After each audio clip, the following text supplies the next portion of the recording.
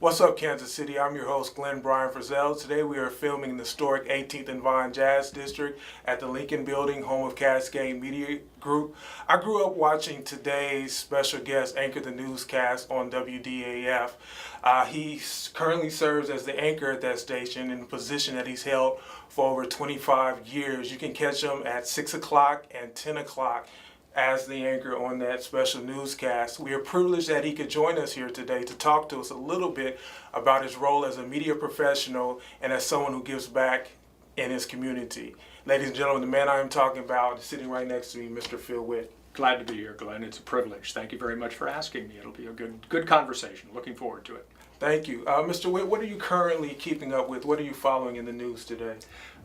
There are just so many elements of news right now that always occupy our times as local journalists. We have to keep our viewers informed of international, national, and local news. So locally, there's the Kansas City, Missouri School District, the challenges that it faces, development downtown for the Kansas City City Council and city government, the always challenging violent crime rate for Kansas City and what our leaders are going to do to develop a plan for that.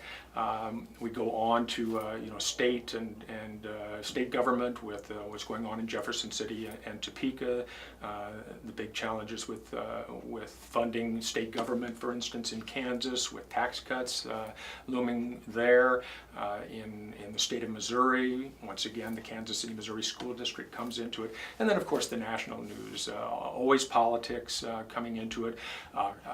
The climate change issue, whether people believe it or not, we have had extremes of weather in the last few years that have created enormous obstacles and challenges for us. And then internationally with events in the Middle East. Those are big stories. Relations with China. I mean, it just goes on and on and on. So there's never a dearth of news to cover for local media because we cover it all. Excellent, excellent. Now, I mentioned in the opening that I grew up watching you. It seems like technology has a big impact on the way we disseminate news now.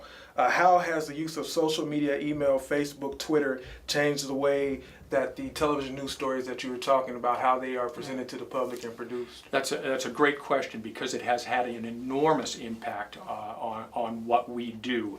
Just as that when the internet itself came into prominence with the delivery of sort of instantaneous news, and it gave everybody an opportunity to become their own journalists and write blogs and create little websites, and the instantaneous nature of the internet, the interactivity of the internet changed the way we do business, and that happened several years ago. Now the entry of social media into it has just turned our industry upside down. Social media generates so much news that we cover anymore, and we're on Facebook, we're on Twitter, and people can connect with us right away, even while we're on the newscast, as an example, and suggest stories, give us extra information on a story we may have just done. That's just one example of many. It is a good thing.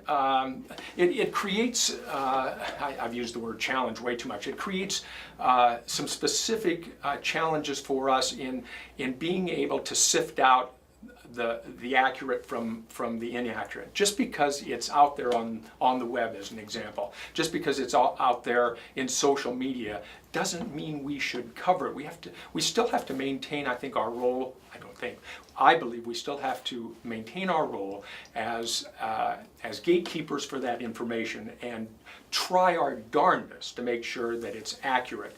And stories that get their start on the web, on social media, take on a life of their own, and they become viral. We hear that term all the time, they become viral. And just because they become viral doesn't mean they're true. So it makes our job harder, I guess is the right word, to try to determine what we should put on the air just because everybody's talking about it. Just because everybody's talking about it and blogging about it and posting about it doesn't mean that it should get on television, on TV news. Mr. Whit, let me interject there. We are Cascade Media Group. Our motto is the internet is the wave of the future. We are that wave, and that wave is now. We are a social media company. And you know, I should say at the outset, I think tremendous work is going on the internet as far as journalism is concerned and information, imparting information. It's just that because it's so accessible to everyone, and everybody has the ability now to put information out there, we all have to be much more choosy about what we believe and what we then pursue as mainstream journalists. Are we going to cover that story just because it's out there on the web, just because it's taken on a life of its own in social media? So. Talking about covering stories, Mr. Whit, when I was in college, my journalism professor, Ms. Becky Lewis, told us in order to be successful, we need to immerse ourselves in news. Oh. How do you immerse yourself in news? How did you immerse yourself in news when you started? Reading newspapers is still you know, the best way to get yourself informed about what's going on in your world. And by that I mean you can do it on the web now. Read several different outlets for your news, a good broad-based one like the New York Times or the Washington Post, and then maybe even get into more point-of-view journalism too, MSNBC and Fox News, that kind of thing. Do you read the Washington Post from cover to back? Usually not. I do it a lot like people would scan the internet. I sort of flip through it and I'll see something that grabs my interest. I'll read a few paragraphs. If it's something that still attracts me, I'll read the whole story. If not, I'll read the first half a dozen to 10 paragraphs and then I'm done with it. I've gotten pretty much a good idea of what that story is all about. But I do go from cover to cover. I just don't read the whole thing, you know, every article in there. Mr. Whit, now you graduated with honors from the University of Nebraska, I did. Lincoln. Thank you. Is that where you're originally from? I grew up in a little farm town in northeast Nebraska, a town of 400 people. And my father was a blacksmith and welder, and my mother was a homemaker. My mother actually grew up in a nearby community, a much bigger town. And the reason I bring this up is she went to high school with Johnny Carson, the longtime host of the Tonight Show, and so she was a high school classmate of Johnny's, and I always felt kind of a kinship for Johnny. I never met him personally, but always felt like even though I didn't get into the entertainment side, I got into television on the news side. I always felt like he was kind of an idol for me. Did he show up at the class reunions? He always did later on in life. He didn't do it right, you know, during his heyday on the Tonight Show, but after he retired and just before he retired, he started showing up at reunions and things like that, and actually made huge gifts to the town of Norfolk, Nebraska. That town is, and community center, big gifts to the school, huge gifts to the University of Nebraska, where he actually did college too. So he took good care of the hometown and his adopted hometown of Lincoln. Now, Mr. Whit, when did you decide that you wanted to become a journalist? I trace that back to watching the coverage of the assassination of President Kennedy in 1963. I was in the 5th grade, and I recall my teacher coming into the classroom at the time, just all breathless and white as a sheet, and announcing to us that the president had been shot in Dallas, and school would be canceled. So we all went home, and I watched the coverage. Back then, it wasn't 24 hours a day, but it certainly was the only thing that was on television for 3 or 4 days. So I watched it very avidly, and I think at that point in time, I can really say that was my point in my life where I decided I want to do that TV news, and I just stuck with it. Were you active in journalism and student organizations on University of Nebraska, Lincoln? I was. I worked for the campus radio station. I worked briefly for the student newspaper, the Nebraskan, but got way too busy with my broadcast journalism studies to continue that. I was active in journalism and broadcast organizations, not student government, but broadcast and journalism organizations, and then started getting jobs already before I got out of college.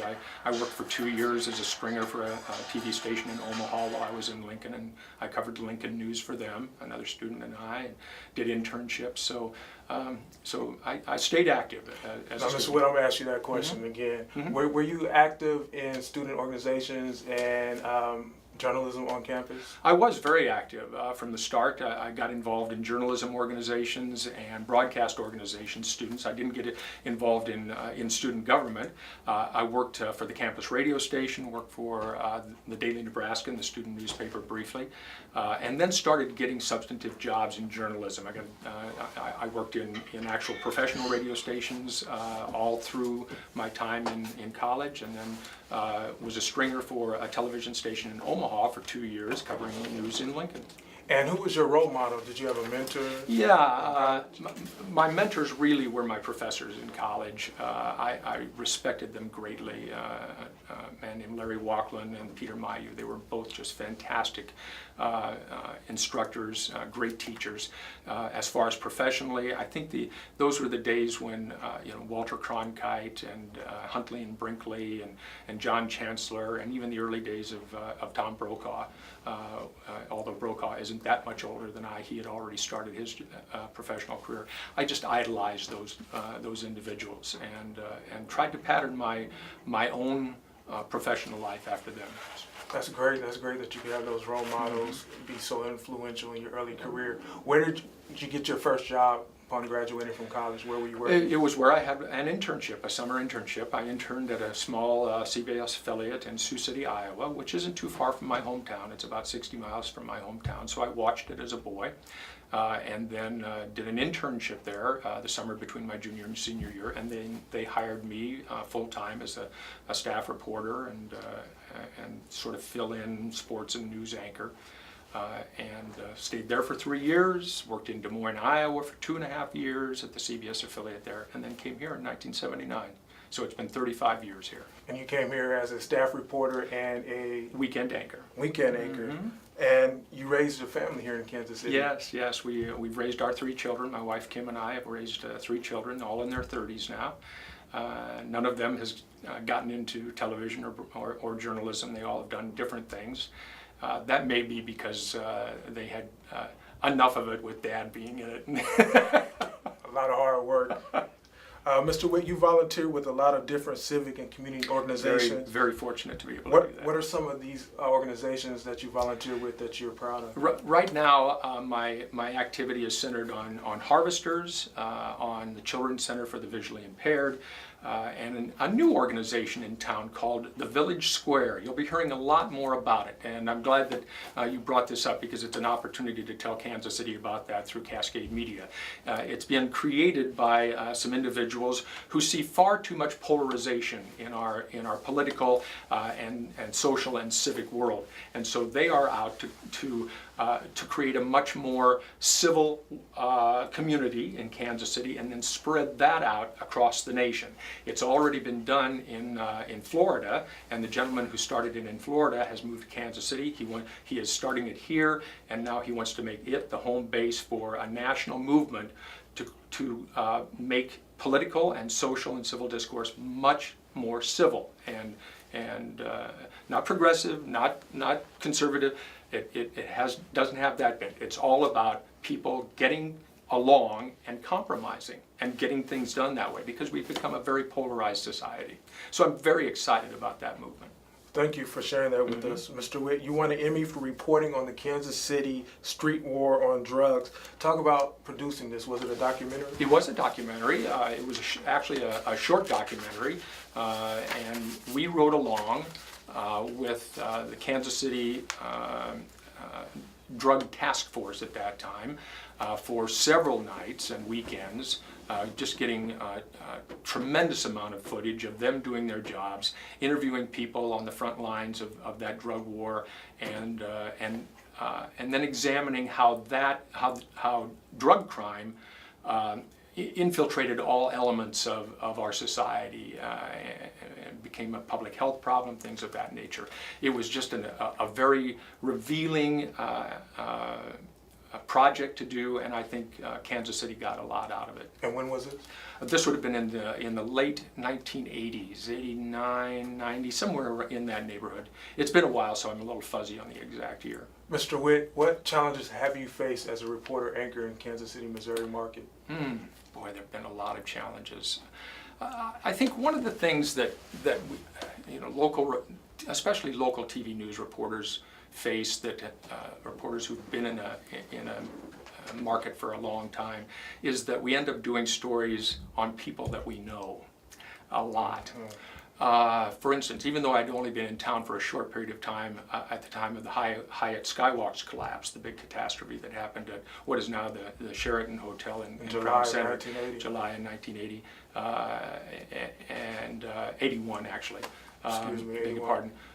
The fact that we already knew people who were either inside and experienced the tragedy, or who were related to, or who knew folks inside. So that's just one example of many over the years where we have to report on people that we know, and many times they're our friends and associates and sometimes our relatives. That's always a big challenge. How do you do that as a reporter, especially if it involves maybe a criminal proceeding? You have to take a step back ethically. Maybe it's an organization that you've been involved with, that you've helped out with, a charitable organization that is now perhaps facing an embezzlement or an ethical challenge. Well, you have to decide how you're going to cover that. So that's a real unique one, I think, to local TV reporters who've been in the market a long, long time. Mr. Whit, you certainly have been in WDAF. You're an anchor, a staple in this community. What are a couple of favorite stories that you've worked on throughout the years? I'm going to go way back on this one, and there have been just a ton of favorite. You've already mentioned one, the documentary that we won the Emmy for, on the street war on drugs. Another one was probably in the mid-1980s. There was a little girl in Excelsior Springs named Sheila Stifter who needed a liver transplant. She had a condition that was poisoning her liver. It was called biliary atresia. And so we discovered this little girl and her family very early on. She was an infant. And we discovered the community effort that was underway to try to raise money to help the family get a liver transplant for the little girl. We got associated with that family, stayed with them for months while the effort continued, participated in the efforts, helped raise money for the transplant. Got to go along then to Dallas, Texas, where the little girl got her liver transplant. At a moment's notice, we flew to Dallas in the middle of the night. We were there all day long as the transplant operation went along, and then for several days afterwards, which is the real sort of the tipping point. Is the liver going to take? Are the rejection drugs going to work? Things like that. At any moment, the little girl could have died. Those operations were not nearly as certain as they are now. And she survived, and she grew up healthy, and she's a thriving young adult now. Still. And that's probably still going all the way through my career. That's still the one that stays with me as my favorite story ever. Wow, the humanitarian effects that covering the news can have.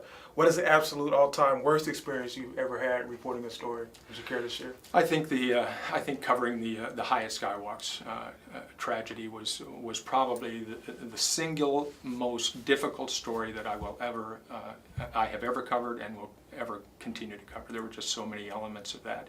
It continues to make me sad thinking about it all the time. The 114 people who died, the more than 200 people who were seriously injured, and the impact it made on the community. So that was probably, even though it was one of the biggest stories I've ever covered, it's probably the one that sticks with me as the worst story ever, just because of its impact, negative impact. Because of its negative impact, really.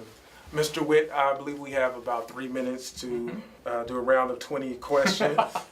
All right. This is fun, so we're going to relax here and just kick back and get through as many as possible. Who is your all-time favorite journalist? Walter Cronkite. When you were a child, what kind of television shows did you watch? I watched variety shows and news. What do you watch today? I watch the Daily Show and the Colbert Report religiously. Favorite type of music? Classic rock. Favorite author? Still John Grisham, the lawyer author who writes all of the. Have you read Sycamore Road? I have not yet. Okay. Mm-hmm. That's on my to read list. Mm-hmm. Favorite book? Oh, gee. I'd say it's The Rise and Fall of Theodore Rex, one of the elements of the trilogy of Theodore Roosevelt, President Theodore Roosevelt. Those are, I do enjoy historical novels, and it was a terrific one. Is that written by the same author who did Lyndon Johnson? No, it isn't. No, okay. I have to research that. Mm-hmm. Favorite movie of all time? Network. Worst movie of all time? There have been so many. Worst movie of all time. Shouldn't be too bad. Battlefield Earth. What It was a stinker. What would you do if you weren't anchoring the news? I'd probably be doing something related to like landscaping. I'd run a landscape business. What do you like most about living in Kansas City? The wonderful, sounds so trite, the wonderful people. The people of Kansas City are just so nice and so welcoming and supportive. We've just found a wonderful home here. Favorite food? I'd say Stroud's Fried Chicken. Best magazine to read if you have downtime? I read news magazines all the time. What would it be? Boy, I guess Time Magazine. It's the only one that I really Time read Magazine. all the time. Mm-hmm. Most people would not. Most people by watching television would not know that I am the son of a mother who went to high school with Johnny Carson. That's a safe bet. Who's taking the NBA Finals? I'm going to have to beg that one off because I'm not an NBA fan. Do Chiefs have a chance this season? Absolutely. I think they demonstrated last year that they're a team to reckon with. They have a much tougher schedule, but they do have a chance. Okay, 5 more here. Favorite college football team? University of Nebraska Cornhuskers. Basketball? Favorite basketball team would be KU Jayhawks. Major League Baseball team? Kansas City Royals. Advice that you would give to aspiring broadcasters? Be adaptable. Make sure that you can handle the new technology that will always come up, and be patient. What do you miss most about the newscast that you anchored in the 1980s? The more time we had to be thoughtful about our news, to create more art than just information. And I lied, I'm going to add another one in here. What do you like about working with your current 10 o'clock co-anchor, Abby Eden? She is in the mold of all the wonderful co-anchors I've had. She's smart, she's funny, she's gregarious, she's mature for her age, and she's wonderfully talented and a super nice person. Wow, that sounds like a dream co-star. Mm-hmm. What's next for Mr. Phil Whit? I'm going to work this job until they get tired of me, and then we'll see what happens in retirement. I don't know how long that's going to be, but maybe I'll create that landscaping business. Mr. Whit, we certainly will enjoy the time that we have with you. We're in no rush to see you leave the 10 or 6 o'clock news broadcast. Thank you for joining us here today. I can say that I met one of my living idols, You're Mr. very Phil Whit. kind. What's up, Kansas City? You can catch Mr. Phil Whit on WDAF Fox 4 News at 6 o'clock and 10 o'clock. Check out more video online at www.whatsupkansascity.net. And remember, the sky's the limit. Aim high. Shoot for that moon. If you miss, at the very least, you would have landed among the stars. Take care until next time. CMG wants you to always remember, the victory we call success goes to the best prepared. When you invest in your community, you're really just investing in yourself. Thanks.